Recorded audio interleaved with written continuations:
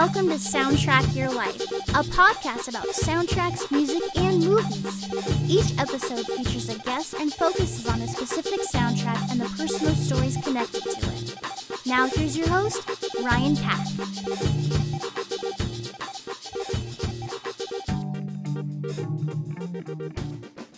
Welcome to Soundtrack Your Life, the podcast where we talk about soundtracks and our personal connections to them.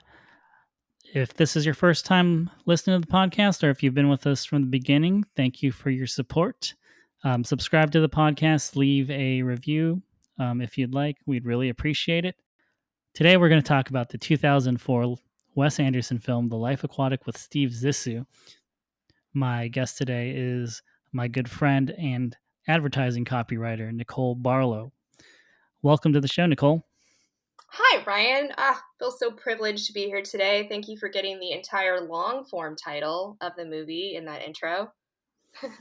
Did I pronounce the Zissou? Is it Zissou or Zissou? I think it's Zissou. Is it Zissou? I'm trying to think. I think it's Zissou, but I think the bigger problem that we're going to have is agreeing on how you pronounce Seu Jeorge. I think it's Seu Jeorge, like you sew a button. So we have to agree on that up front. Yeah, let's go with Seu Jeorge.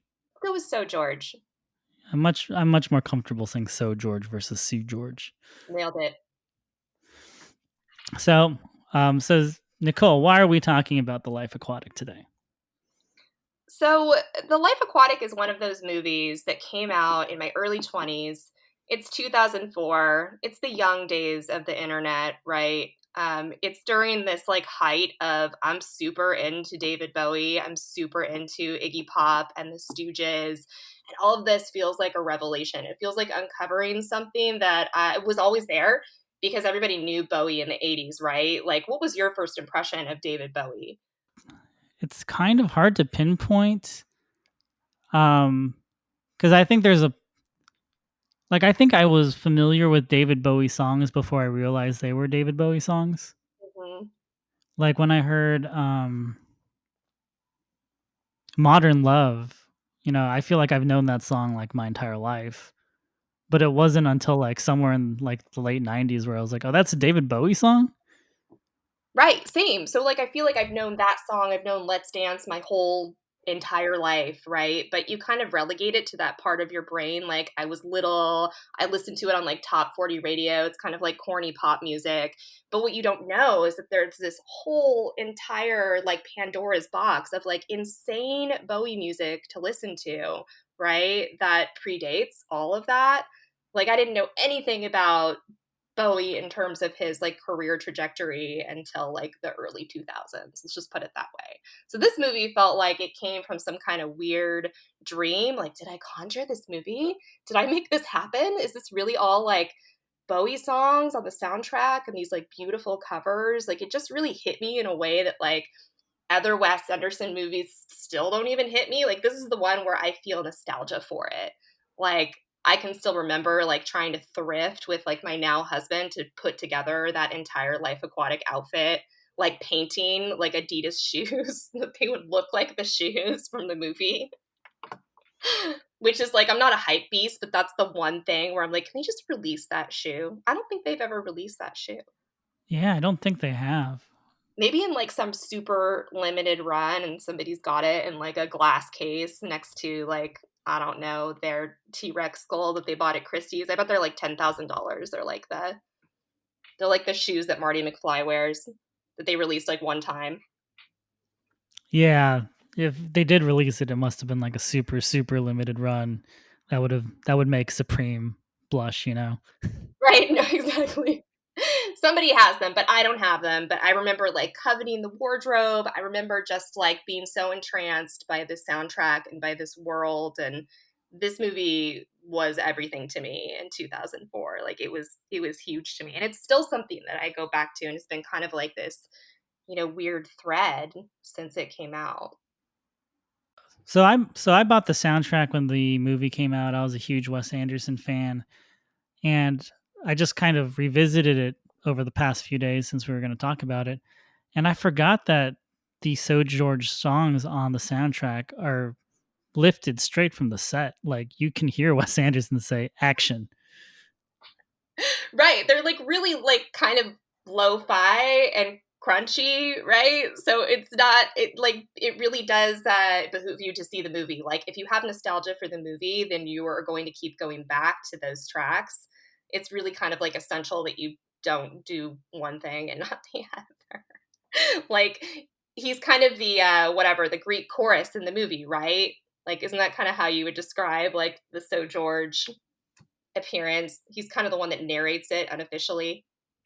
Yeah, he's kind of the narrator. He's kind of this omnipresent sort of I don't know. It's one of those things where he's always there He's in the always there, and he's background. like, it'll pan to him, and he's like perched on like a lighthouse or like in a crow's nest or something. So you never really know like where he's gonna crop up, like randomly with like the acoustic guitar, which is always kind of like comical, but then also like really magical because you get these like unexpected cover versions of these really iconic Bowie songs, which is crazy. And I think at the time was really innovative. I think now it's like, oh, cool, it's a cover version of an iconic song that you know.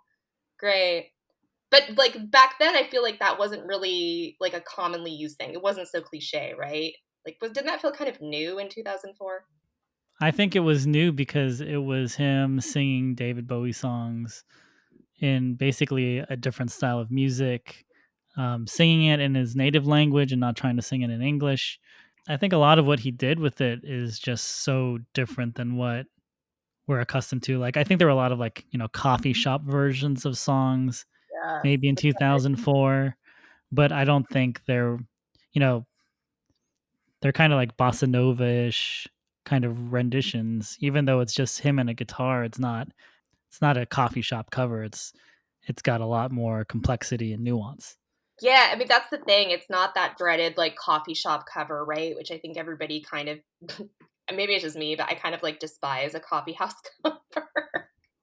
Like, let's just slow down the tempo and make it like background music, right? Like, no, like these really like reinvent the songs in this way that feels like both tangible and intangible at the same time because they're sung in Portuguese. And I think probably half of the lyrics are just kind of made up because they don't translate, right? And I remember reading this thing at the time that like Seu Jeorge didn't actually know any of the songs that Wes Anderson wanted him to play. So like he came to the set and he's, well, I know Let's Dance because pop is, big in Brazil, and I know that, but I don't know anything from Ziggy Stardust. I don't know this song from Hunky Dory. So he had to kind of like teach himself all these songs like on the fly. And I think it's cool that he was able to bring something like not only new to it, but I think maybe because he came to it without any kind of preconceptions, you really feel fresh, like something different. Yeah, I believe when he performed these songs live, he told that story and then added, because I'm a black man. Like that's the song that's the David Bowie song that all black people know. Right, because Nile Rodgers. I mean, I know this is an uncool thing to bring up, but also, Puff Daddy sampled it in the mid '90s. Oh yeah, I didn't even think about that. No, I was just saying that like that you're right. Like there's something like really enduring about like that song in particular, and it was like so huge and so global. Like of course everybody knows that. Yeah, I remember so I think I don't know if you and I were both at this concert, so I'm gonna ask, but do you remember seeing Seu Jeorge at the Ace Hotel in like 2016? It was the same year that Bowie died, and it was the tribute to Bowie where he like did all of the songs from the movie plus some more. Did I cry alone No, or were you yeah, there? I was not at that show. Yeah, I think we were both at the Hollywood Bowl show where he performed all Yes, the Bowie songs, which might have been like the with an next summer. orchestra. Yeah, with the orchestra, which was emotional. It was emotional. Well, especially because he told the story about how his dad passed away shortly after David Bowie, and then the kicker, he ends it with, so I guess they're both on Mars now. I didn't even remember that part. I think I blocked that out. And then like the 18,000 people were crying. I really miss crying with thousands of people, like in an arena. I don't like crying alone. I much prefer like thousands of people all crying at the same time. It was much better. I don't know. I've met people on Twitter that like to cry alone at Third Eye Blind concerts. I think you should cry in some form if you're at a Third Eye Blind concert. I'm sorry. Apologies to the Third Eye Blind fans. They're great. They have their merit. But yeah, like it's just all of these songs, right? Like they hit so hard, and you keep coming back to them. And I know that I've kept coming back to them, like especially since like Bowie passed, right? Because it feels like this continuation of that legacy.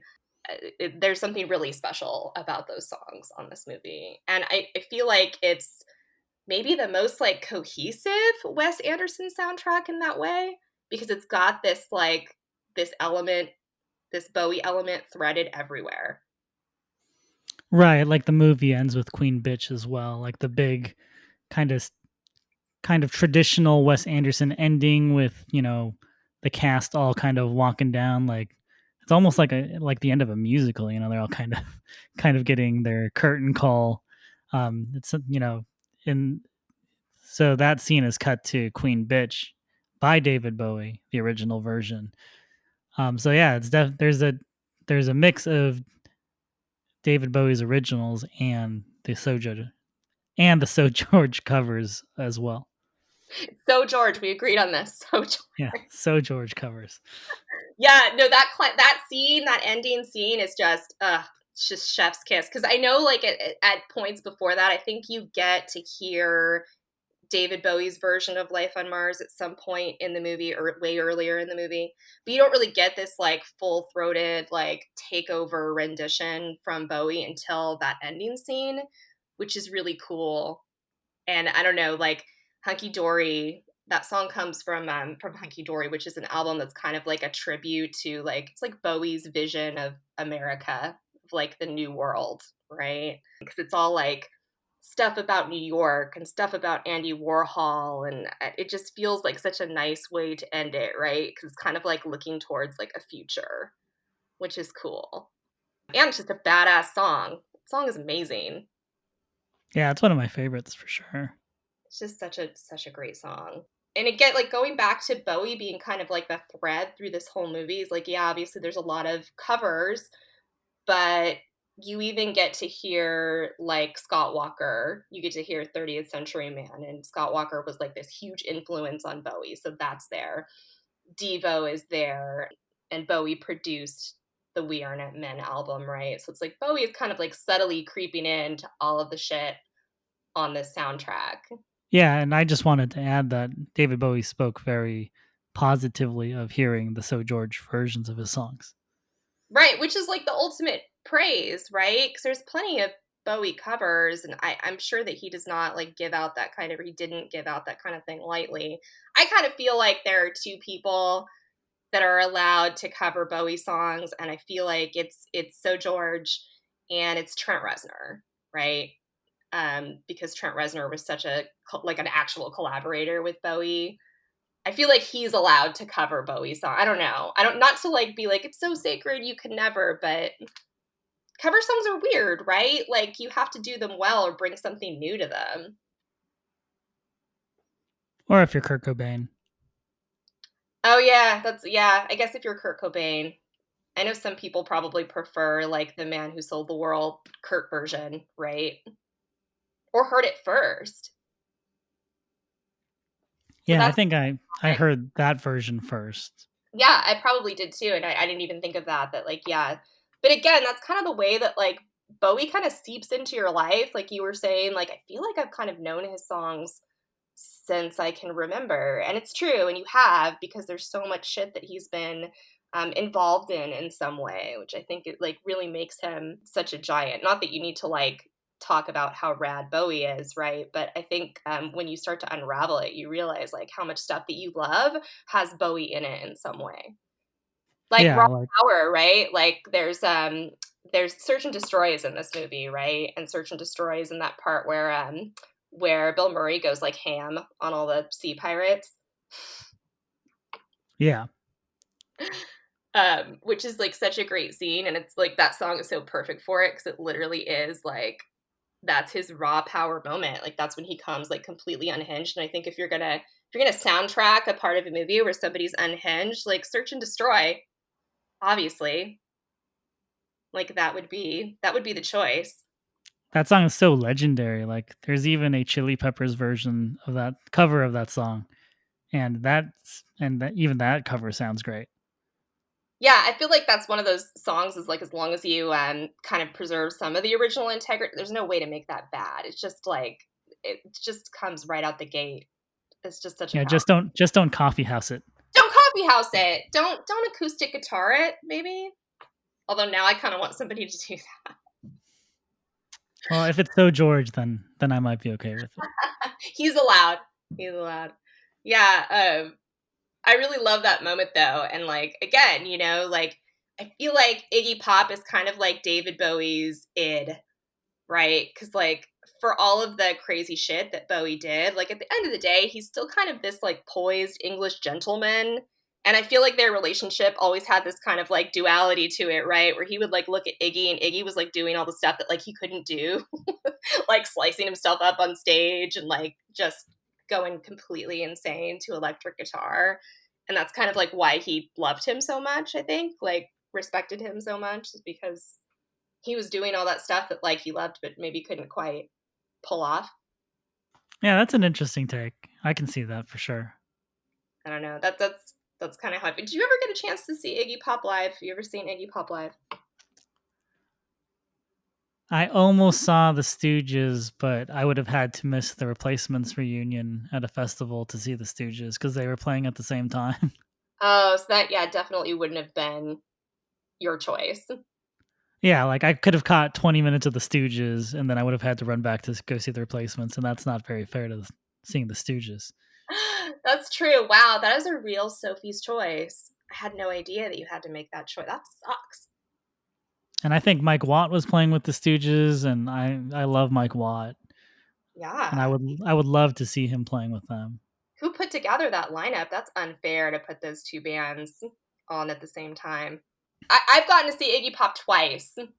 The first time that I saw Iggy Pop was in 2003, and it was at a festival. It was at one of the Altamoros Parties festivals, and it was in Long Beach at the Queen Mary. Oh, cool. It was super cool, right? Like super cool. At this point, like I'm super into Iggy Pop, I'm super into the Stooges, but my expectations are kind of low because I'm pretty sure Iggy was in his mid 60s, which is hard to believe because this was a long ass time ago. Like 2003 is not recent, but he was an old guy. Like he was not young. So he's in his 60s, and I'm thinking like, okay, well, it's probably going to be mellow. Like just temper your expectations, right? No, it was not. Like this 2003 set with like the reformed like surviving members of the Stooges and him uh was one of the craziest things I've ever been to. And as you know, I've been to like a shit ton of concerts, all kinds of concerts. So I'm not saying this lightly. It's not like I've been to like 5 shows. Like it was dangerous. Like 70s dangerous. Like somebody pulled a knife and got like slammed into the barrier. Some girl behind me was like high as a kite on like coke, like let's dance, like totally like slam dancing into me for like the entire show and like holding my shoulders. And the pit is just like going crazy. Like it was really like kind of dangerous. And I had no idea that this dude could actually like incite all of that emotion and also just be like, just move like a rubber band. And he's like 67. It was wild. You have bad experiences with other women at shows. I don't know what it is. Why is this? Yeah, we remember your good friend Mindy that you met at the Replacement show who just drove you through the crowd and none of us knew where you went? I mean, Minty was nice. And in her defense, she did get me to the front. So Your husband had the best response to everything. So I'm like, "Oh no, where's Nicole? Like Nicole's gone. We got to find Nicole." And Brad just goes, "She'll be back." wow. What a Han Solo type response. I mean, I did come back eventually. We saw Right. yeah. So Brad, the aforementioned husband, right? Like he was with me at the second time that we saw Iggy Pop, and this was like 2016. So Iggy Pop is much older at this point, like even older, if you can imagine that. Uh, and again, it was just one of those shows that was like, it was basically like a riot. Like it basically just erupted into like a giant mosh pit riot of craziness. He made the mistake of going to the front at that show, and he fucked up a really nice Beck poster that he'd bought like 10 minutes before. But the point of this is that like Iggy Pop really brings it. Still, like to this day, there is something just irrepressible about that dude. So yeah, two of like the most memorable concert experiences I've had are both him just doing all his old shit. Recommended. See him when he's like 92. I'm sure it'll be just as good. It's 2020, so see him next chance you have, because who knows how much longer we're all going to be here. Who knows when concerts will be reinstated? So, something to look forward to. Iggy Pop, like in a wheelchair. Oh, don't say that. That's true. No, I don't think we'll ever see that. He would just get up from the wheelchair and throw it into the crowd. He would do like a Willy Wonka, right? Where he'd like come out on a cane, but then like roll and stage dive. Right. Without a shirt on. Without a shirt, clearly. Without a shirt on. With no clothes. Like, does he know how to wear a shirt?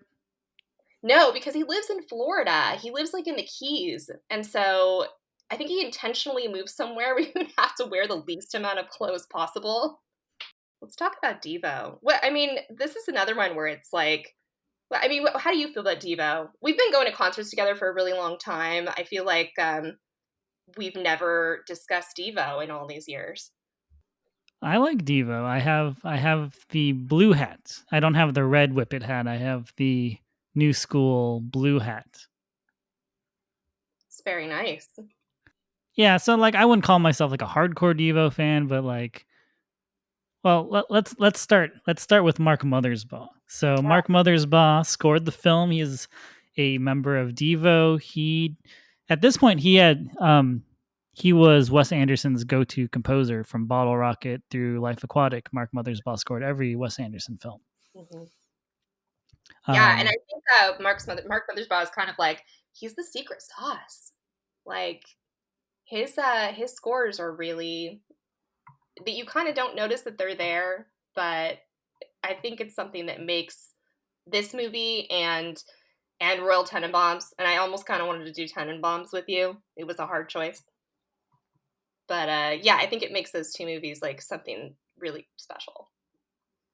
Yeah, and I think with Life Aquatic, I think he gets a little bit more center stage as a composer.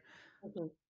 So like during the movie, so in the Life Aquatic, he has a song called "Let Me Tell You About My Boat," which is Bill Murray, kind of giving the lay of the land, or in this case, the lay of the ship. And it's basically just Mark Mothersbaugh's music over for like about 45 seconds or so, without any dialogue, or with very minimal dialogue, as they go through the different compartments of the ship. And I don't think Wes Anderson had given him that space in any of the previous movies. Yeah, and it's almost like I'm just going to put a moratorium on saying Mothersbaugh because it's really hard to say. I feel like we've given ourselves too much of a challenge with the names in this podcast. I'm starting to agree with you. So Mark, let's talk about Mark. I think what's cool about the score is that it's kind of like the unofficial score to like the films that Zissou makes too, right? So you can kind of picture it as like it's the movie within the movie. And that's really rad. Like you hear it too when you're like watching like some of the like whatever archival footage where they're like, this is how it used to be like when we made, the Life Aquatic. Like there's something really meta about that and cool. And yeah, he also gets to like take center stage in that whole scene where like Bill Murray is like in his dive suit and like showing off like how they they retrofitted them with like a radio so you can hear music, and then he does that like Bill Murray dance. That Mothersbaugh piece for that, it's called Ping Island, Yes. and it's like the most Devo thing that I've heard Mothersbaugh do for Wes Anderson. Yeah. You know, it's like that little Casio like keyboard little ditty with like the little with that like really cheap drum beat behind it. It's, you know what? That's such an important point that I've never thought about, is that it is kind of cheap. Like, it's kind of cheap and kind of tinny, and like there isn't a lot to it, and it's a little reflective of like how ramshackle like the Zissou crew is too, right? Like, because that's kind of their whole storyline, is that like they've become this like sort of down on their luck expedition. And there's something kind of nice about that I've never like thought about that symmetry, but that's cool. They're definitely not like Jeff Goldblum's like, really expensive sea dive Operation Hennessy. Yeah, and then they bring that piece back when he's dueling with the pirates, Mm-hmm. but instead of with the cheap Casio, like it's a full like blown orchestra. Right, because it's like this, blowout fight. Yeah, it's a really good score.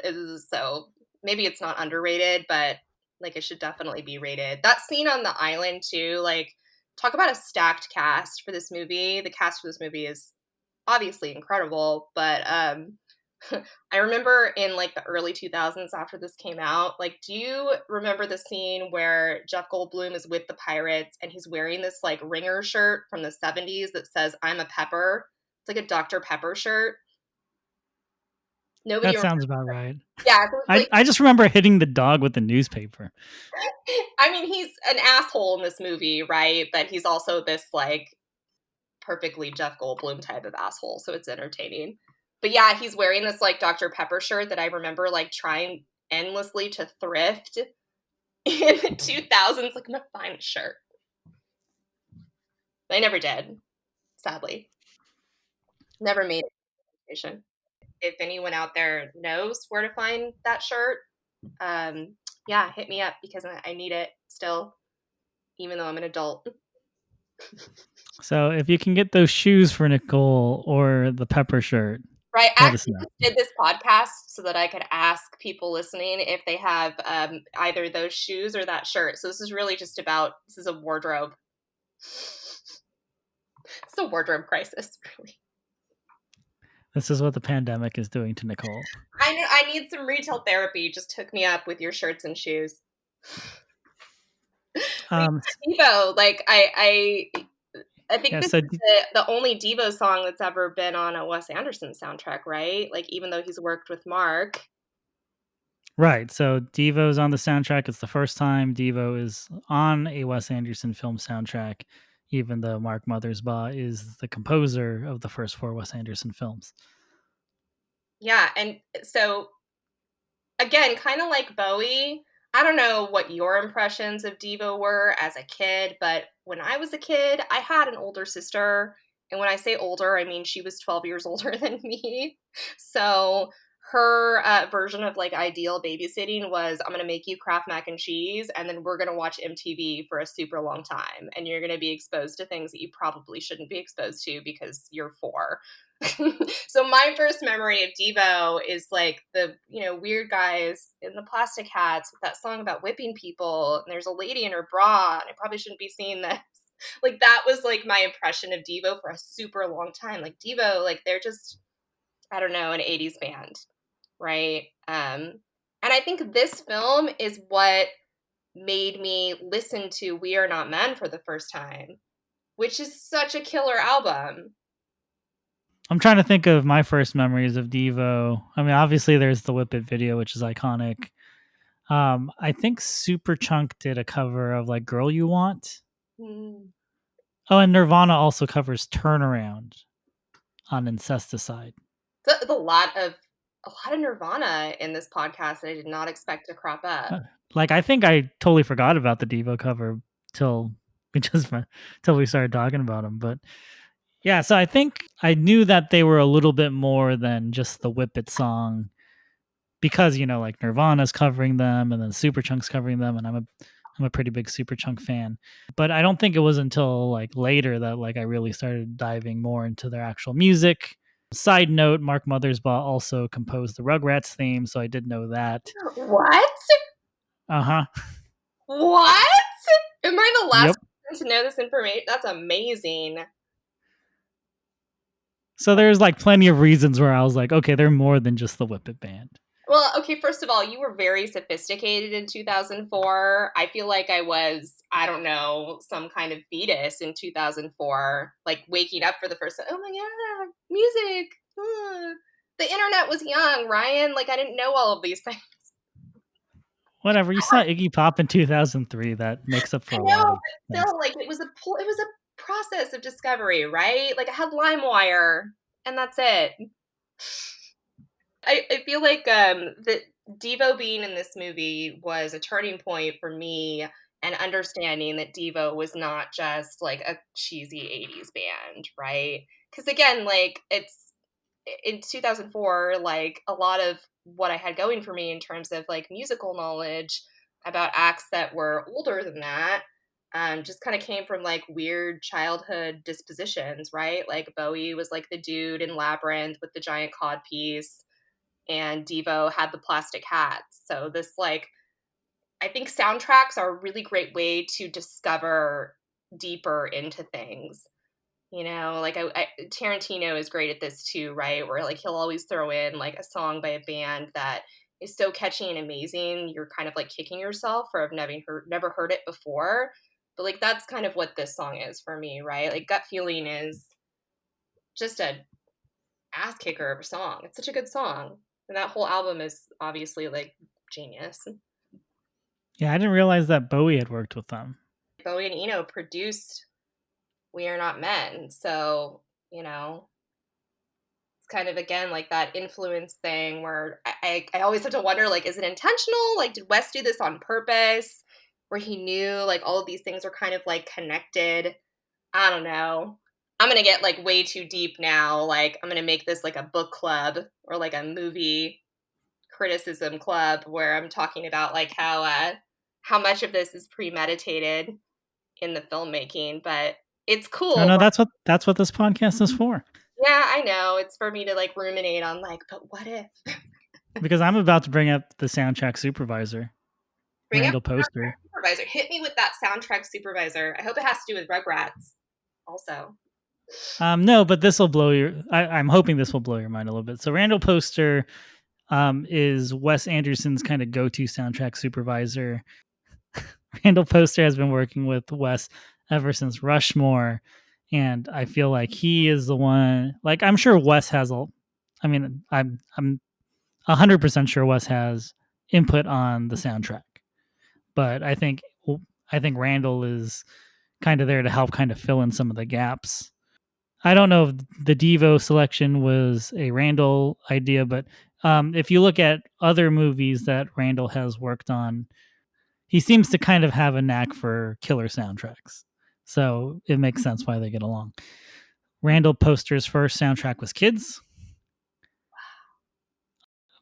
He's done a ton of other soundtracks that I love, even if they're for movies that aren't so great. So he did the Life Less Ordinary soundtrack, I Shot Andy Warhol, and the list goes on.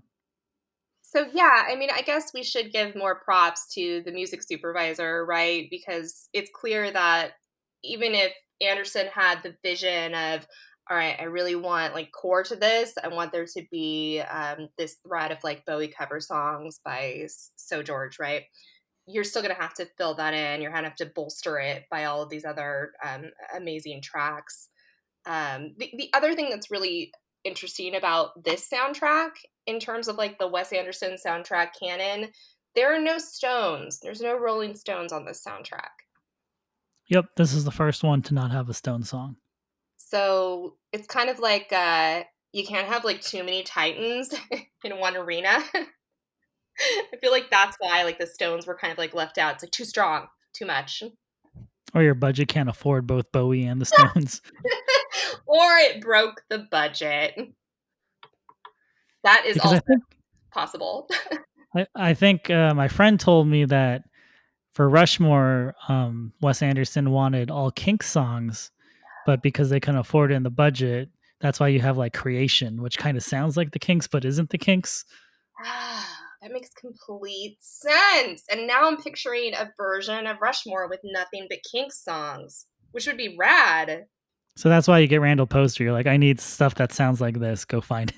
Yeah, I mean, you know, as you said at the top, I work in advertising, so I know this game. I know this game of like, well, what we really want is a Rage Against the Machine song for this commercial, but we know we can't afford to license that. So can you find something for us? That's how it usually goes down. And then And you pull out the Judgment Night soundtrack and you're like, which one of these do you want? and usually it's like it's not a great result, but yeah, I mean it helps to have like some budget to put towards this, obviously, because there are some things in here that are still some pretty amazing pulls, right? Like the zombies are on the soundtrack, which they get used in film and television a lot these days. Like Yeah. I feel But like nobody knows who they are. nobody knows who they are, but I think that's part of why they get used is because if you want like a kind of like a throwback 60s, but really like emotionally affecting track, like maybe pick something from the zombies because people won't know it immediately, like enough to have like preconceived notions about it, but they're gonna like it. They're really good at being like emotionally effective. Like the scene where Owen Wilson's character Ned dies and he gets buried at sea, that's where this song plays. And it's sad. It's so sad. I know it's supposed to be sad and that's obvious, but man, it's kind of hard to watch the movie after that.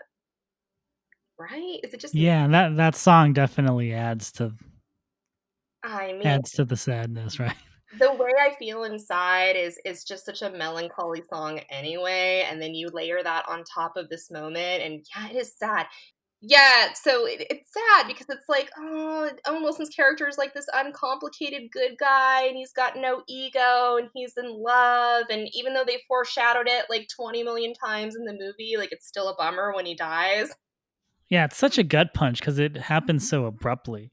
Yeah, it really does happen abruptly and in kind of like in a way that you don't necessarily expect it to happen, right? Like it's just yeah, it's a sad moment. And it's also I think, one of the most emotionally effective moments in all of Wes Anderson's movies. You know how he has this thing where, like, there's kind of a detachment in some of his movies, like the dialogue is sometimes kind of like stilted and removed, but like not this. Like this is really legitimately very sad.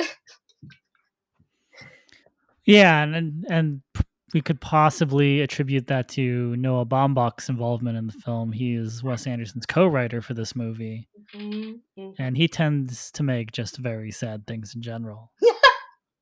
He is a sad bastard. Yeah. But you know what? Like his involvement, I think you're right, is what sets it apart for me is that I feel things in this movie that I don't necessarily feel in other Wes Anderson films where they're kind of keeping you like at arm's length. So you're drawn into the world, like the aesthetics of the world of like I don't know, even like Tenenbaums, for example, like you get into the world, but you don't necessarily get into the emotions or the motivations of the characters. And I feel like this movie is really different in that way. It really does like hit the high notes in terms of emotion. The the song that's not on this movie, as a segue to this, Sigur Rós is not on the soundtrack. And we're not going to try to pronounce that song. No, we're not because there's too many names. And now doing Icelandic is just it's too much to ask of us in this podcast. We're not doing it. I guess we don't really need to say that it's a gorgeous song because that is their MO. Yes, that's kind of their whole wheelhouse is we make beautiful things that you want to watch the stars too. But this is in 2004, so they're still fairly new on the scene. Mm-hmm. I mean, obviously they've made quite the entrance into the music world, but I think there was still kind of a risky thing to use in movies in 2004. Like the first memory I have of Sigur Rós after this movie is like the trailer for Slumdog Millionaire. Mm-hmm. And now their music is everywhere. Yeah, I mean, Jonesy and Sigur Rós have just kind of like proceeded on this really like ubiquitous path. And maybe it's because like when you're singing something in Icelandic, which is this like weird foreign, not to offend anyone Icelandic, but to like an English speaker's ear, it really is pretty incomprehensible. So you can put it as the soundtrack as the background music to something, and it doesn't have to speak to the scene in terms of the lyrics. It's just kind of there as a mood. It's a mood. So Jonsi sings in what's called Hoplandic. And according to Wikipedia, it is almost like gibberish. Like it's almost like he's scatting. See, this is why this podcast is so amazing. So it's scatting, but in Icelandic. Is that right? Yeah, like it's like a made up language. So it's a made up language. It means nothing even if you're Icelandic. Is that what this is saying? It's probably like a little bit more complicated than that, but yes. No, let's flatten it to the least complicated thing that we can. According to Wikipedia, it's just like scatting. So it's like Scooby Doo Bop Bop, but in Icelandic and much nicer. Yeah, but like really slowed down and like in falsetto. It's the most ridiculous factoid. I mean, good for them, you know? Good for them. I guess that's what allows them to really focus on like the lush beauty of all of their arrangements, right? Like they're not really worried about what the lyrics say. It's just kind of like a flow. Yeah, I mean he's also bowing his guitar, so are you really that surprised? Yeah, I'm not. You're right, I'm not. This is not a shocker. Interesting. But yeah, like it's I wonder why this song is not on the soundtrack. Can we speculate on that for a second? Because it comes at like this climactic scene where they're in the sub and they found the jaguar shark. I mean, it's not like it's a subtle element. Like it's a big deal. I think it's because it doesn't fit with the rest of the song. So you have all these Bowie related songs, and then you have a Sigur Rós song from like year 2000 and onward. So you think in terms of like not fitting with the kind of the genre, it's like outside of the genre kind of, or the timing. Yeah. I think that's the most plausible theory, although it's weird for me to imagine any world where like Wes Anderson is making a choice for the sake of being commercial. Because especially in 2004, like all of this stuff was still pretty outside of like the realm of what was, I don't know, poppin' and really big. But that does make sense. Like, I guess if you're crafting a soundtrack, you want people to listen to it consecutively. You're still buying CDs. You don't want people like skipping it. But it's interesting though. It's interesting to think about like the motivation behind that. And for all I know, and I don't remember this because it's been a while since I've listened to this song in full, but Starflutter, whatever the song is titled, I can't pronounce it because it's gibberish. That could be like 12 minutes long for all I know. So it might be a really long song too. Maybe that factors into like the length, the runtime. Well, that's also possible. Like if the soundtrack is already pretty long, Yeah. and that song would put it over 70 minutes, then it becomes a double disc, and you can't have that. Yeah. This is like going back to it's like a time capsule to a different time with different considerations. Like, oh, we can't have like an unlimited amount of music. So it's just like going on streaming. I'm trying to see how long the song is. It could be like 12 minutes. It's off that first album. I feel like there's got to be some. It's probably like it's not like it's getting radio play, so I bet it's way long. I bet it's long. If it's under 4 minutes, I'm gonna be real surprised. Yeah, I remember that album being pretty long in general. Well, and again, like we talked about LimeWire, like I'm pretty sure that I illegally downloaded this album, and for all I know, like it could be I don't even know if I ever listened to like the right album, the right track list. I'm getting you the it's 6 minutes and 45 seconds. Oh, 6 minutes, 45 seconds. We should have taken bets. We should have guessed how long it was going to be, but This validates my theory that it's just too long. Yeah, that album only has one song. Well, it has 2 songs under 5 minutes. Right, because it's but like... one of them is called Intro. I die. Intro. That's how I remember it being. It's like a 4-track album, but it's like 3 hours long. Exaggerating, but it's, yeah, that's it. But the thing though that I kind of, it's sort of a sad thing that it's not on the album, right? Because I do feel like it really does encapsulate this kind of otherworldly mood that the rest of the movie sets up. And I think what's interesting about using Bowie songs, like primarily from Ziggy Stardust, right, is all these kind of ruminations about like an alien exploring an alien place. And that's kind of what the ocean is too. Like there's this parallel between like, we haven't really explored this. It's all new. It's all undiscovered. It's like trying to get to like the unknowable. And there's something super unknowable about this song because it's in a made-up language. A made-up language that you just learned about today. That I just learned existed this very day. I was today years old when I learned about Hoplandic. Well, I don't know. So many people I'm sure are hiring Randall Poster at this point to have him beef up their soundtracks, and I'm sure he's like, there's a lot more Sigur Rós where that came from. Well, actually, there's only 10 songs, but they're all really long. So if you hear a Sigur Rós song in The Hangover 4, that's probably Randall Poster's doing. Yeah, I love that. Like, I love that you bring him up because I feel like all of Wes Anderson's soundtracks, they're very carefully curated. Obviously, his movies are carefully curated, like within an inch of their life, which is what people love about them, right? Like they're just very like carefully executed. Everything is kind of like perfect and symmetrical. This feels like that. It just feels like something that it's like almost too good to even like really exist. Like that's how I have always felt about these songs, is that they're just like if I were to make something or had like the means to be Randall Poster to make a movie, like it would probably look something like this. I don't know. Like I also like I think it was maybe like 8 years ago.